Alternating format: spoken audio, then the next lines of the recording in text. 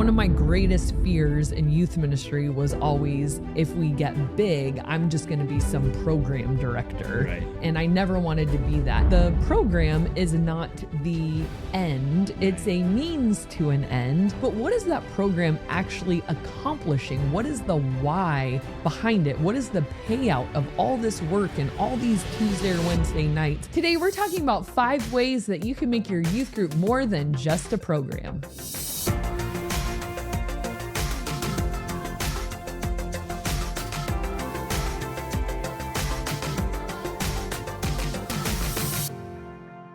Welcome to the Ministry Coach Podcast, where we give you weekly tips and tactics to help you fast track the growth and health of your youth ministry. If this is the first time we are meeting, my name is Jeff Lascola, and this is Kristen Lascola, and today we're going to talk about how to make your youth ministry more than just a program, because program is not the goal. And sometimes we can get so wrapped up in making sure the program is going well and all the elements are there and everything's great. But what we fail to remember, sometimes myself included, is that the program is not the end. Right. It's a means to an end.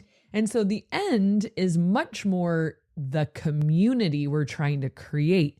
And actually, the community isn't even the end, but rather that's a vehicle for true gospel-centered change in a person's life over the long term. And that is the true end of why we do youth groups, so that we can build communities where students are plugged in and getting ongoing discipleship and belonging to help them in each step of their relationship with Jesus, so that they remain connected to the church as they grow in their understanding of who he is and how to walk with Jesus. And youth group is a great vehicle for it, but the program itself is not the goal. And sometimes youth pastors get very proud of the program they've designed, and I understand that, because we want and we talk a lot about that on this podcast, how to make your youth group a great place to be. But today we're going to talk about how that in and of itself is not the goal, just to have a cool program at the end. It's like, but what is that program actually accomplishing? What is the why behind it? What is the payout of all this work and all these Tuesday or Wednesday nights? I did the math the other day, and based on how long I've been in youth ministry, I've done over 1,000 midweek programs. And that's not even counting weekend services. That would be well into the probably 2,000 or 3,000. Think back for a second in your 18-year-old self, if someone was like, okay, only 999 more of these to go. But you couldn't even say that because I'm still going. So, I mean, do I do another 1,000? Sure, why not? I guess I will. So that's a lot of programs. Yeah. So do we just do program for program? No, but what is this paying out? What is the point here? And so I want to refocus our brains a little bit to remember that the program is not the goal. The program leads to community, which is still not the goal. The community should lead to Christ-centered life change over the long term, keeping kids connected to Jesus. So that is like the behind the curtain model of what youth ministry, the direction it should be going, and knowing where you're going might help you create these elements in your program, knowing what should we put in, what should we not, what should we focus on, what's worth spending time on, if that is the ultimate goal, not just have a killer program that just entertains people. And then they leave or, grow up, and then that's that. And they remember, oh yeah, I used to have a cool youth pastor. Some girl DM'd me on Instagram. It wasn't about youth ministry. She goes, whoa, I used to have a really cool youth pastor when I was in junior high too, And I don't know if she's still a Christian or not, but everyone remembers oh yeah, I loved my youth pastor. That was so cool. Yeah. Anyways, now I'm back to my adult life, did we keep them in community for the long haul? So how do we ensure that our program, while it may be awesome, is not the ultimate thing we're focused on accomplishing? What is the bigger picture? So how do we create this community? Well, number one, The friendship and the relationships of your leaders, I think, is the foundation for this community that we're talking about. It is so contagious when the leaders have a chemistry within themselves. So often youth pastors are trying to create community with the students and, camaraderie and friendships and connections and relationships. But the foundation and the example and the basis for that usually is the leadership team, and that energy then trickles down to the students. One of my greatest fears in youth ministry was always, if we get big, I'm just going to be some program director. Right. And I never wanted to be that. And then when we grew from our little tiny tight-knit youth group to every milestone we hit, I felt my role changing. I'm like, am I just a program director? I'm just a program director. I'm program director. But then I had to realize there are opportunities for ministry everywhere. So while my job became more program heavy because, I'm in charge of steering this big boat, I have opportunities for ministry. And I remember thinking, oh my gosh, my leaders, like that is where all this chemistry and this fuel for relationships is going to come from. So and parents, and obviously students, but like when you look at your leadership team, A, do you have one? You shouldn't be doing ministry alone. But 2, what is the... He said A and then 2. And D... Is that what you're here for? Is that your job to just point out stuff? Yes, and my job is done. Hopefully. Stay tuned because there could be more faux pas, All right. Jeffrey. Number 2. Number B. But, what is the chemistry between your leaders like? I was so excited when I realized my leaders enjoy the company of each other outside of youth group. And we've talked about this a lot, but students unfortunately grow up and leave your youth ministry. And I remember the day that hit me, I was on the couch after church crying because my 8th graders were gone. I'm like, I'm never going to love a class ever again. Never. And this is it for me. Well, one of the people in that class is now a youth pastor of a ministry at our church, like the fruit kept going. Right. And so just today, they sent out a Discord message, some of my leaders, hey, let's go to lunch after church. Where are we going to go? Who wants to join? Blah, blah, blah. Hey, we're playing Frisbee golf. They send out stuff like this all the time. Like at 4:00 on Sunday, if anyone can join, be there. Hey, we just did a volleyball night. We're doing volleyball. Meet us here. And they love being together and there's this friendship. And so when the students see us friending, then they are like, wow, this is a place that is friendly, not sterile. And if you're lacking that type of chemistry, and it's interesting because it's not like, well, yeah, maybe you guys are all the same age and gender and station in life. Not even close, I just saw one of them at the beach today. He's out surfing, and then we have a mom of 4, and we have a, like for the longest time we had like a retired guy. And so it's just like, yeah, we have our 18-year-olds and we have everything in between. Right. So it's not like, oh, we just naturally would fit together. No, the ministry does pull us together. We just really have fostered this time and this attention on, hey, if we're going to do ministry that's authentic and push students, or not push students into relationships, that sounds aggressive. Force. You get in a friendship and you're going to like it.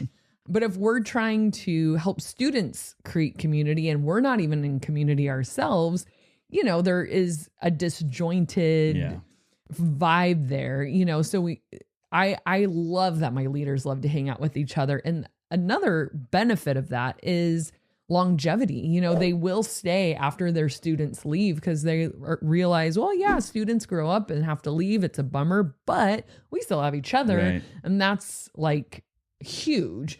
So would they hang out with each other outside of group or not? And can we change that? Again, what's the goal? Community. So it starts with the leaders. Are they in community? Number 2, or number C, whatever we're on, Jeff. No, this is really number 2 of the big headings. So are there opportunities for students to work together and serve together? There is no greater catalyst for authentic community than students that are working alongside or serving alongside each other, having a purpose at church. So can students be on a serving team together, whether that's worship, whether that's setup, whether that's tech, whether that's a video photo team, whatever that might be, but students need to be working together to create the community that we're longing for. And there's a beautiful secondary purpose in there, is that they are finding their purpose, and they're finding it alongside their peers. So be very careful to not be the kind of ministry that all the adults are the ones who do the ministries and we turn students into consumers by accident.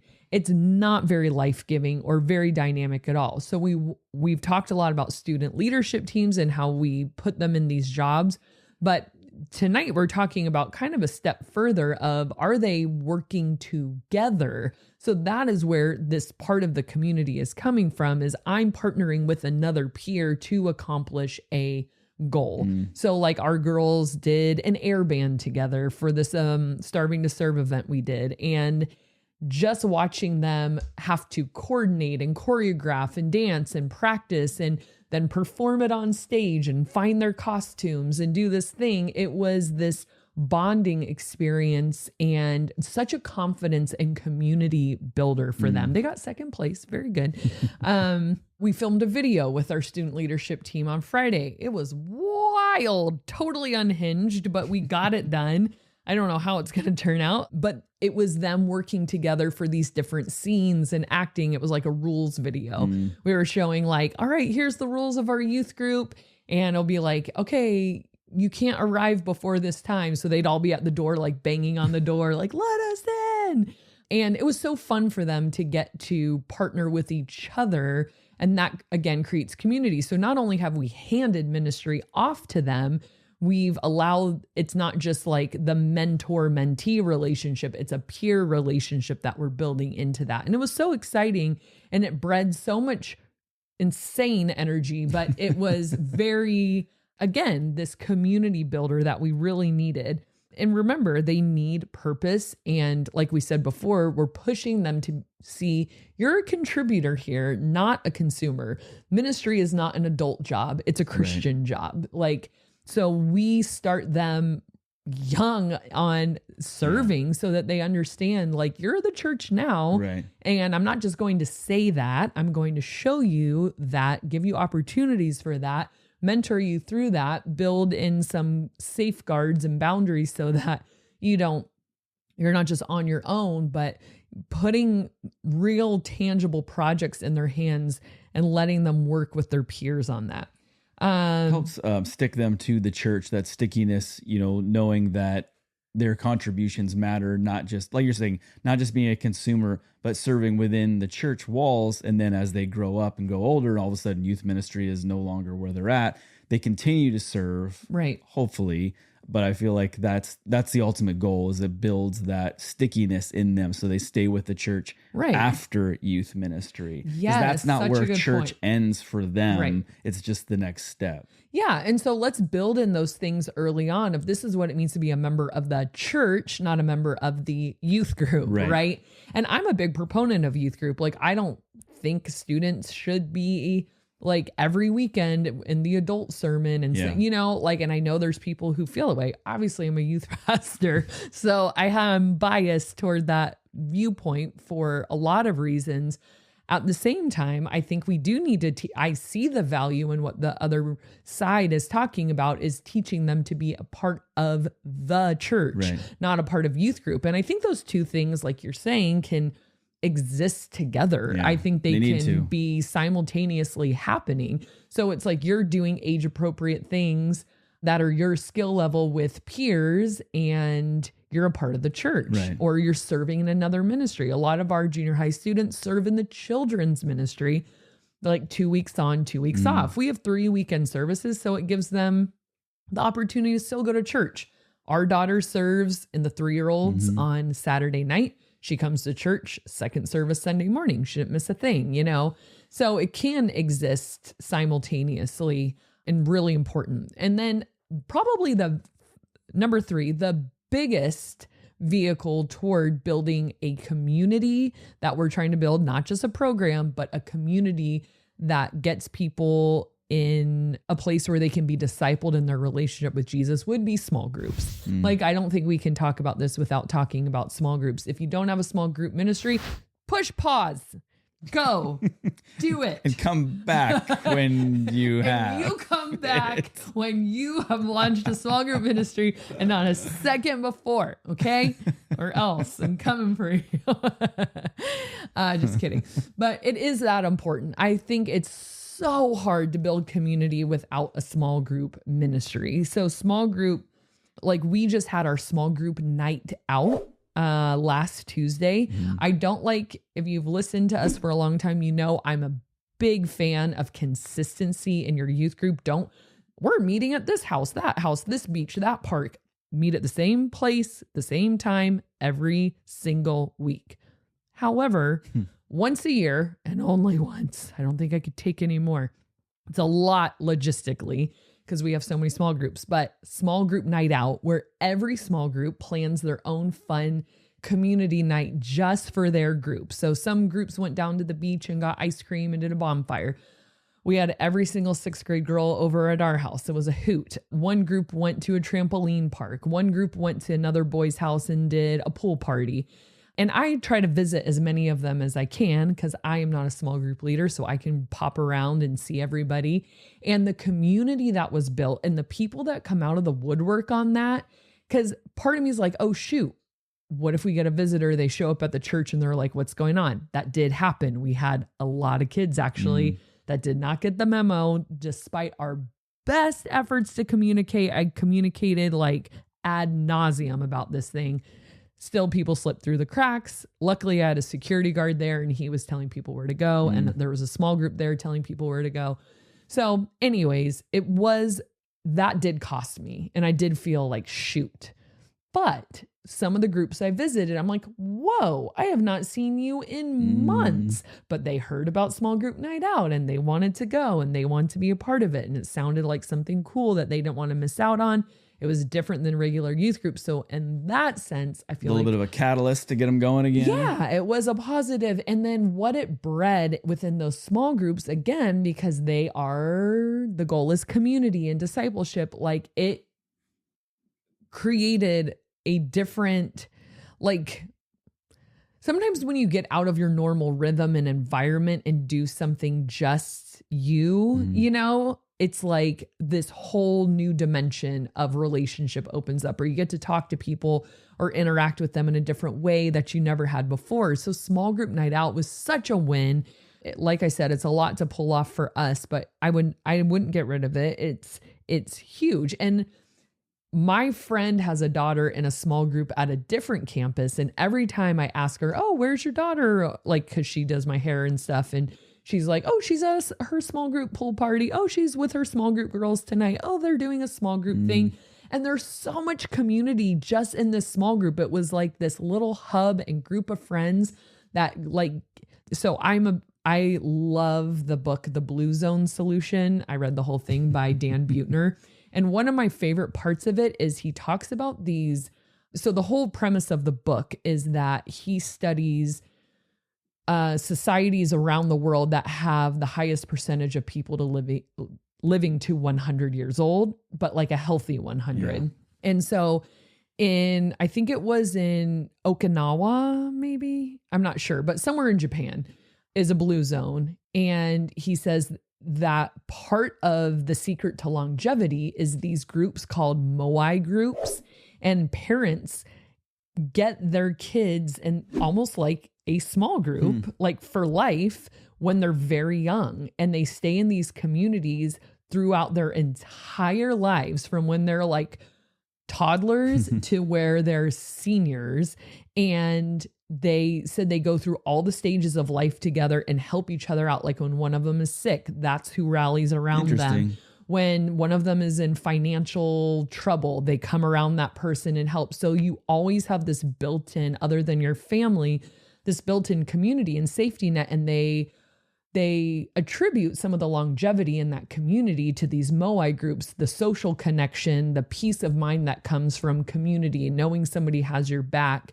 Now that's in a social construct, but I think that same idea in a social/spiritual construct, that's what we're trying to accomplish with small groups is knowing, hey, this is this group that I get to go through, and maybe they won't be together for the rest of their lives, right? Not like a MOAI group, but it's kind of this concept of these people love me, love the Lord, have my back. They're supposed to be the ones that, hey, like I didn't make the team. I'm upset, and they're going to help me pick up the pieces. You know, we had a girl upset the other week because her boyfriend broke up with her, and none of the girls played the game. They just were all like nursing her wounds with her. And I'm like, come on, guys. No, we can't play. Her boyfriend broke up with her, and we're going to be here for her. Why aren't we celebrating? I mean, never mind. Yay, congrats. Oh, not congrats. And it was just so cute. Like they were just there for each other. I was scrolling on Instagram today and I saw one of my old small group girls. They were like doing some beach party together. Like they're still friends. And it's just, we're trying to put people in these groups to say, this is your community. These are like-minded people that are going to be going through life with you, or at least junior high with you, or at least high school with you. But there is something in the human spirit that needs a community of people to know I'm not alone and they've got my back. And for some kids, like that might be their friend group. Yeah. You know what I mean? Because it's like, well, no, I have my friends. Okay, well, lucky you. You have a whole friend group and a small group. Good for you. Maybe those two overlap somewhere as well. But there's some kids that's exactly what they're looking for. Like they just desperately, and I meet those kids all the time. They have no community. Yeah. They have no friends. Maybe they just moved here. Maybe it's a military family that moves around a lot, or maybe they just switched schools, or maybe they lost their friend group for a particular reason. Who knows? But there's a lot of lonely kids out there. And I know if you're listening to this podcast and you work with students, you know that is not a surprise to you.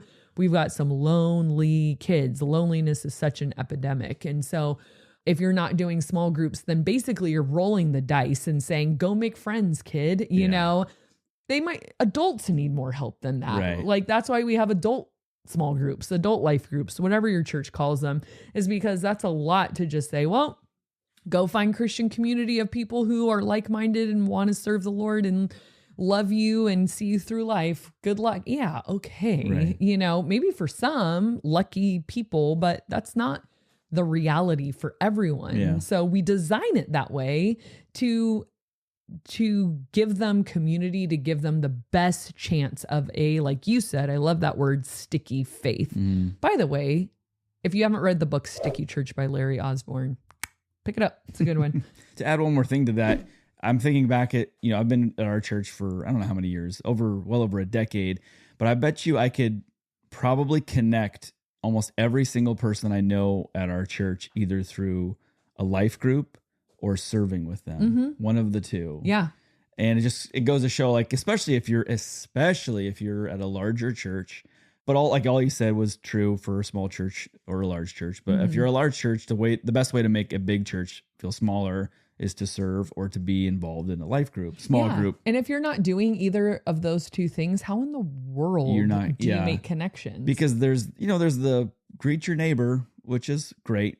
I really try my best to remember names, and I feel like so often I'm like, oh, I already forgot it, but it's when you're serving with those people or in a small group with them, or life group. That's the connectivity. Yeah, you're right. As you're talking, I'm thinking about like the very first life group I ever joined, as an adult.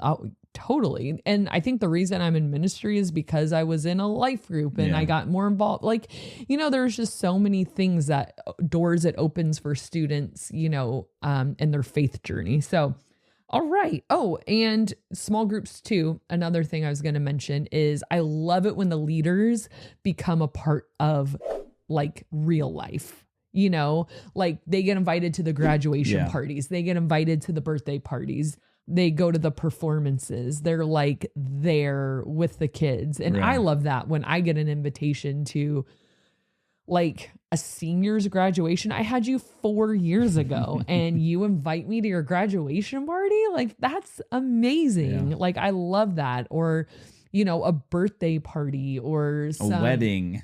A wedding. Yes. I mean, that kind of stuff, those are like, should be green lights of like, ding, ding, ding. We're doing community well. Like if you're getting invited to those kinds of things. Okay.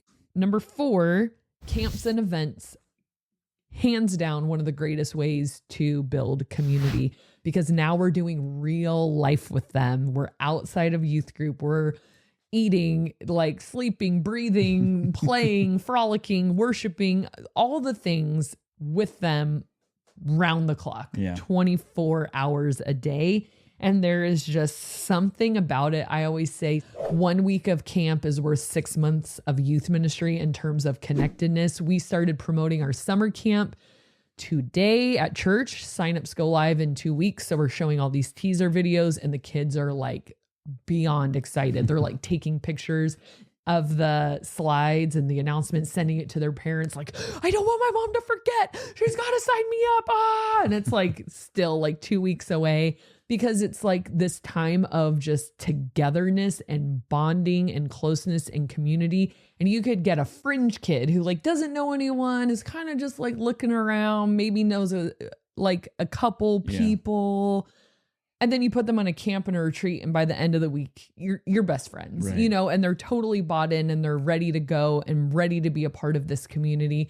Their camp, like, I don't believe in magic, okay, weirdos, but it's magical. Yeah, you weirdos. I just could see someone being like, magic is not real. I know that, okay? But there's something about camp, and maybe it's like just this, I don't know what it is, but it is this magical experience. It's like this Holy Spirit experience. Like I cannot think of Supernatural. Supernatural. Yeah. I was going to sing a song and then I aborted that mission. Thank you. There was a song by DC Talk. On behalf of all the weirdos, thank you. Now who's the weirdo? Okay. I see what I did there. Humbled. Hashtag. That works. You know what I meant. Yeah, it's like the supernatural experience. And I can't think of any other circumstance where I feel that way. You know, like I have very deep times at youth group or church or whatever, but it's a specific brand that camp brings that I'm like, can't replace that. Like walls are coming down all over the place. Like people are having breakthroughs. People are like opening up and becoming their authentic selves. I almost feel like, even for me, it's like you're unplugged from the daily rhythm and the screens and the emails, and you're just like in a beautiful place, worshiping, playing, like just being probably who we were meant to be. Is like, let's just worship God and enjoy his creation. I think that's what Adam and Eve's role was, you know, and like taking care of the land and stuff like that. But I mean, you're living your best life for this week, and it just is transformative on so many levels. But tonight we're talking specifically about community and like what that does for a group. So if you don't do camps or retreats, we do just 2 a year. We do a 8-day summer camp in July, and then we do a weekend winter camp in like February. And those are our catalysts for relationships for the year. You know, that 8 days, I mean, if you miss out, you miss a lot. Yeah. You know, one of the girls today, when we were announcing it, she's like, oh my gosh, it's coming up again. I feel like we just went. Like it just really like sticks with you. Yeah. Hey friend, I just wanted to interrupt this episode for a second to let you know about an awesome opportunity for you and your youth ministry. So last year we launched our course and coaching program called Youth Ministry Growth Accelerator, and the response has been amazing. So we've helped tons of youth pastors grow the size and health of their youth ministry, and we want to invite you to be a part of that as well, because maybe you're just sort of feeling stuck in a rut. Maybe you don't know what to do next. Maybe you just have a vague plan in your mind of what you're doing and you want some real help to get you from where you are to where you want to go. So if that sounds like something you've been looking for, go to growyouryouthministry.com and check it out for more details. All right, let's get back to the episode. And then lastly, to build community, be a part of the community, be present. So kind of what we were talking about with the small group leader thing, be present in the community. Go to the graduation ceremonies. One little hack, you can have this one for free. I don't know if I've ever talked about this before. Rest we're charging you for though, so make sure you send that Venmo payment. Actually, all of this is free. Y'all welcome. So either on the first day of school or the last day of school for one of your major high schools or junior highs, I like this. We got these signs and we just hand painted them, and it said, "Happy first day of school, love, chaos." And we stood out on the corner as all the kids were coming to school, like the sign twirlers, and we had the signs, and parents were honking and people were waving and taking pictures. Like they felt so loved. And it was like so easy. I just had to get up a little early, right? Now that we have kids that go to school, you're up anyways. It's a little harder because we're taking them to school. True. And then since the last day of school is coming up first, because this recording is in April, you could do something like, "You did it. Happy last day, love," the name of your youth group, and have a couple leaders out there just to congratulate them on their last day of school. So that's an easy way to be a part of the community. You didn't have to buy a ticket to a ballet performance. You just were standing on the corner saying, "You did it," or "Happy first day of school," or, something cute like that. But yes, going to the graduation ceremonies, we try to go to the 8th grade graduations since we are a middle school. We love to take a lot of pictures with the kids. Sporting events in your community, just showing up, showing your face, being a member of the community is a really big deal. Means a lot to them. It does. And their families. Yes. And we've talked about that before, but again, that's another catalyst for the community we're trying to build, is to show people we're doing life together. This is the whole point of this thing, is to walk together, not that the church is a separate entity, right, and that but that we blend with their everyday lives. We're a figure in their lives, and we're showing up. We're showing that this is community, like not just within the walls of the church, but this is community like that you can count on for like, this is your life. We exist outside of the walls of the church. And the 1 day or 2 days a week too. Yeah. Because then you're really showing that you meant it. It's not just like, yes, we're in community as long as you come to my church from 7 to 9 every Tuesday night. It's like, and that's the only place community exists. Maybe that's the catalyst, but that can't be where it ends. Like, are we actually doing life together? Right. Are we actually in community? Is this going to be a long-term transformative place for your relationship with Jesus? Well, then I've got to show that I exist and community exists outside of that 45 minutes of your small group on a Tuesday night. Yeah. So think of that with that goal as you plan your program of, am I pointing my students not to a program, but to a community? And is that community leading them to authentic life change and longevity for discipleship and to strengthen their relationship with Jesus? That is why we do what we do. So maybe start with the end in mind and work backwards from Reverse there. Engineer. Yes, exactly. We did an episode, we've done several episodes on small groups and the importance of them. Just to go deeper on what we talked about today, you can check those out. And also we have, if you have new students, how to get them connected to your youth group, make sure you check out that episode. We'll link it in the description below. All right, this is a community comment of the day. I love this one. This comes from Lydia Long, who says, as a student... Lydia Long. Don't spoil it. As a student pastor with 2 dachshunds. She I've said. I've never felt so seen, you are seen and known before. You are known, and we are best friends. She is... And we're going to be She Best is friends forever. referencing, we had mentioned, I think, dachshunds in an episode. So that was her comment. I don't know if our listeners have picked up on this yet. Okay, of course I love God the most, then my family, all the stuff you're supposed to love. The thing I love most in life is dachshunds. Yeah. Every now and then we get from back here, if you're watching on YouTube, there'll be a little face pokes through the window. Angel face. But nowadays, to get her to stay where she needs to be, while we're recording, we give her a bone that's probably about the same length that she is. And I can hear her in the other room I still hear her chewing chomping away. So. Lydia Long. Yes. That's Email so us a funny. picture of your dachshund. Get a long so we can little see. doggy. Yes, we want a picture. Yes. And you can be in it too. And Come on. a video. And a lock of his hair. Both of them. And Kristen in particular wants to know what the ears smell like. It's a weird thing she has. So. Yeah. Just Anyways, wipe it on a paper towel, put it in a bag. We have lost every single person listening except for like the 3 or 4 that may have dachshunds. Hey, Lydia. Thank you, Lydia. We appreciate it. We appreciate you guys watching and listening, and we'll see you next time. Today we're talking about 5 ways that you can make your youth group. Today we're talking about 5 ways that you can make your youth group more of a, what is it? And I'm going, and I'm stopped.